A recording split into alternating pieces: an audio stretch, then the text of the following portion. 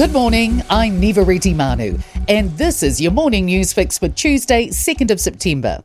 In this update, the government's being encouraged to keep loosening its approach to foreign buyers with rural areas in mind. It's inviting certain active investor visa holders to build or buy one home worth at least $5 million.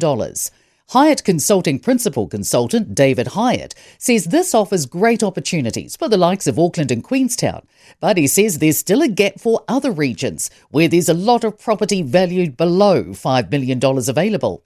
Hyatt says many of these people want to get away from where everyone else is and aren't always looking for the high-profile cities and tourist resorts. Thousands of planned health procedures and appointments could be postponed this week, with nurses undertaking further strikes.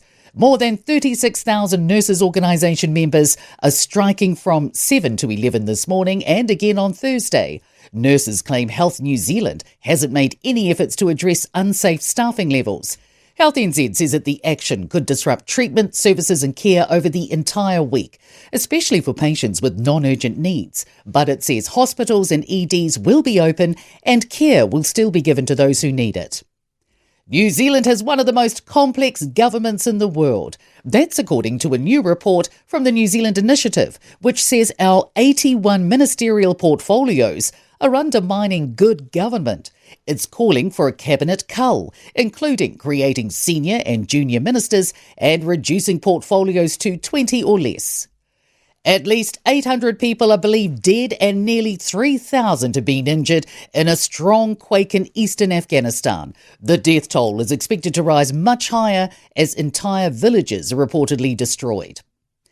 Two former prime ministers will attend a major military parade in China, with Kim Jong-un and Vladimir Putin also on the guest list.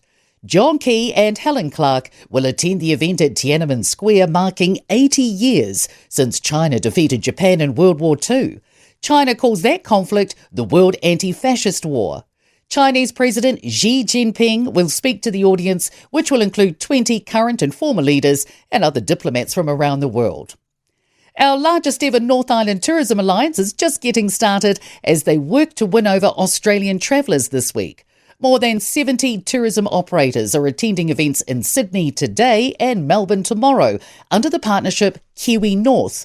Auckland Unlimited Head of Tourism Karen Thompson-Smith says if all goes well in Australia, they'll take Kiwi North to China next year. We're also currently underway and looking at planning on taking the same concept to North America, which is another really key market for us. In sport, Springboks coach Rassie Erasmus has urged against fans thinking the All Blacks' legacy is collapsing after one away loss to Argentina as his side prepares for Saturday's test at Eden Park. European Ryder Cup golf captain Luke Donald has named the most stable carryover roster for this month's title defence in New York. Rasmus Højgaard replaces his twin Nikolai in the only change. The prize pot has bloomed almost fourfold to $23.5 million for the Women's 50-over World Cup cricket tournament starting this month. I'm Nivareti Manu, and that's your latest news fix. We'll be back with the next update at midday from the Newstalk ZB newsroom.